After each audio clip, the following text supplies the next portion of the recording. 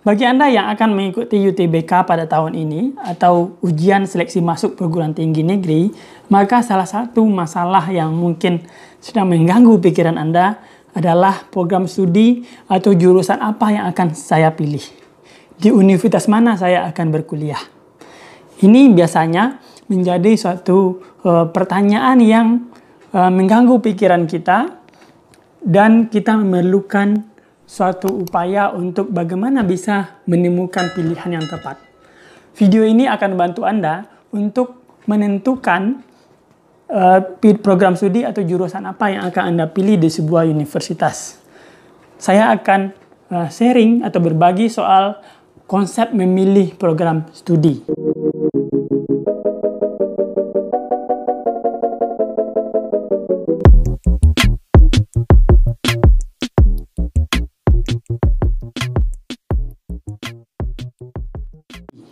Sebelum menjadi dosen seperti sekarang, saya juga pernah mengikuti seleksi masuk perguruan tinggi negeri.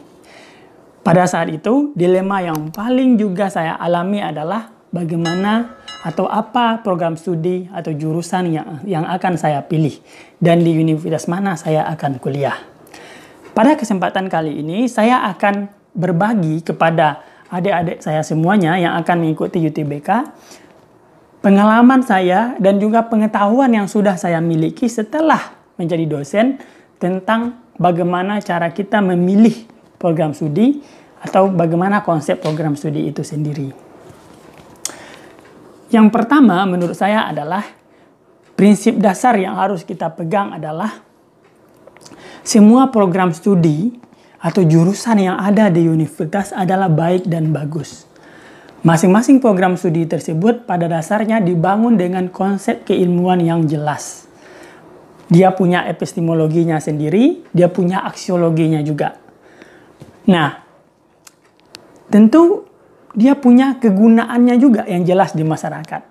Yang membedakan sebetulnya bukan apa program studi yang akan kita pilih, tetapi lebih kepada mahasiswa itu sendiri. Apakah kita sanggup menjadi mahasiswa yang unggul, menjadi mahasiswa yang terbaik, menjadi mahasiswa yang memiliki kompetensi yang sesuai dengan apa yang diinginkan oleh program studi kita. Itu prinsip yang pertama yang perlu kita pahami. Tetapi, apakah kita tidak boleh memilih program studi sesuai dengan keinginan dan passion kita? Boleh saja, sangat boleh dan bagus itu malahan. Nah, tapi kita berangkat dari prinsip tadi. Maka sekarang kita silakan memilih program studi. Program studi yang akan kita pilih memang harus kita sesuaikan dengan passion atau dengan cita-cita kita apa. Apa ruang kontribusi yang akan kita lakukan kelak di masyarakat. Nah, biasanya orang bisa cepat menemukan apa passionnya, apa keinginan kontribusinya di masa depan. Ada juga yang lambat. Lambat atau cepat menurut saya biasa saja. Ada orang yang lambat menemukan passionnya, ya nggak apa-apa. Tapi dia bisa mencari itu. Nah, langkah pertama yang bisa Anda Anda lakukan adalah untuk menentukan apa sih keinginan Anda dan apa ruang kontribusi masa depan yang akan Anda pilih. Yang pertama, Anda bisa menggunakan pertanyaan apa kontribusi yang akan Anda lakukan di masa depan. Apa hal yang paling Anda inginkan untuk Anda perbuat di masa depan? Di bidang apa itu? Misalnya, kalau Anda ingin menjadi seorang pengacara, seorang ahli hukum, tentu Anda harus masuk program studi hukum, memilih fakultas hukum. Atau kalau Anda ingin misalnya berkontribusi di bidang kesehatan di masa depan, ya, Anda ingin memimpin sebuah rumah sakit, memimpin puskesmas dan lain sebagainya, maka Anda bisa memilih program studi kesehatan.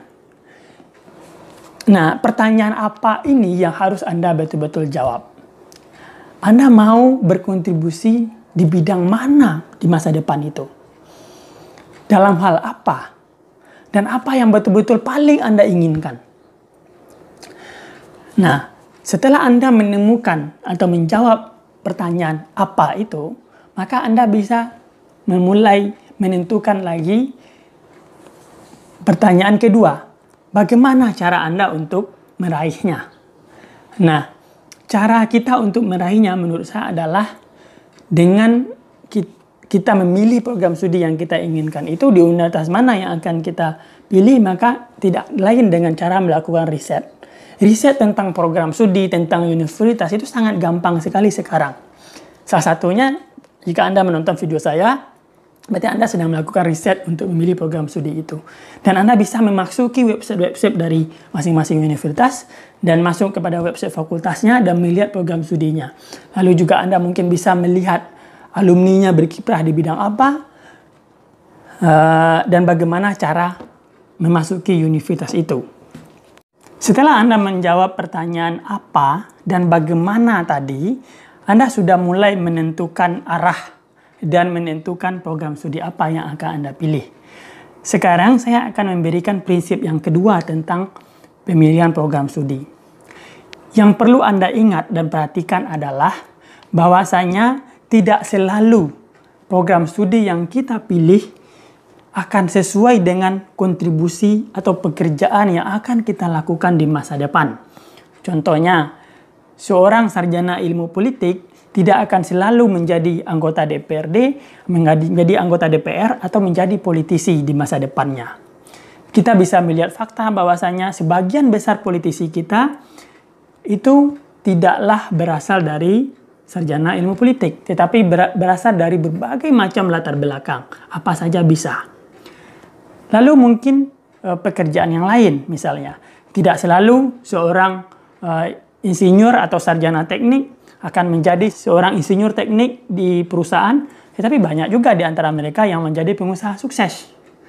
Anda bisa lihat misalnya seorang Khairul Tanjung yang adalah seorang dokter gigi, tetapi berhasil menjadi seorang pengusaha sukses dan juga memahami ekonomi dengan sangat baik. Poin saya adalah Anda tidak akan selalu mendapatkan ruang kontribusi dan pekerjaan di masa depan itu linear dengan program studi. Tetapi yang Anda dapatkan adalah sebuah proses pembelajaran yang panjang selama masa lebih kurang 4 tahun ketika Anda mengikuti program studi itu, jika Anda memilih sarjana S1. Anda akan mendapatkan pengetahuan yang beragam, Anda akan memungkinkan Anda untuk memperoleh jaringan yang itu akan menentukan arah masa depan Anda. Tidak selalu sejalan dengan program studi yang kita pilih, tetapi proses pembentukan kita selama 4 tahun untuk menjadi seorang sarjana di program studi yang kita pilih, itu banyak hal yang berkontribusi di dalamnya terhadap kita, dan itu biasanya akan mempengaruhi masa depan kita. Tidak hanya selalu soal apa pilihan program studi kita. Jadi, Anda tidak perlu risih, ternyata masa depan saya berbeda dengan apa yang saya cita-citakan pada saat memasuki perguruan tinggi. Tidak ada masalah dengan hal tersebut, karena proses pembentukan tetap dijalani selama proses 4 tahun itu. Tidak ada yang mubazir. Oh, saya ternyata tidak berkontribusi sejalan dengan apa yang seharusnya menjadi output program studi saya. Untuk apa saya kuliah? Bukan begitu konsepnya.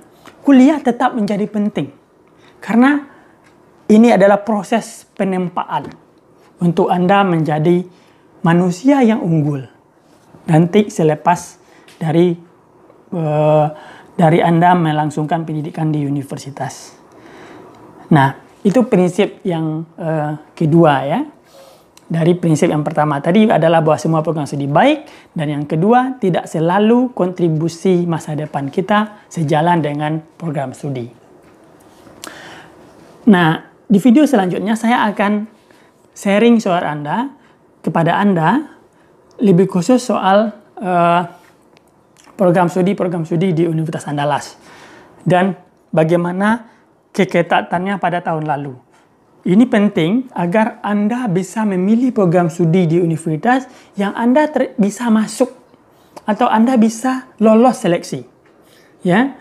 Kalau Anda memilih program studi yang ternyata sangat banyak diminati orang dan saingan untuk masuk itu sangat besar, sedangkan mungkin Anda sadar bahwa kapasitas Anda biasa-biasa saja, tetapi Anda tetap memaksa untuk masuk ke sana, maka kemungkinan Anda tidak lulus itu semakin tinggi. Jadi Anda harus melihat juga keketatan atau persaingan di setiap program studi di universitas yang Anda masuki.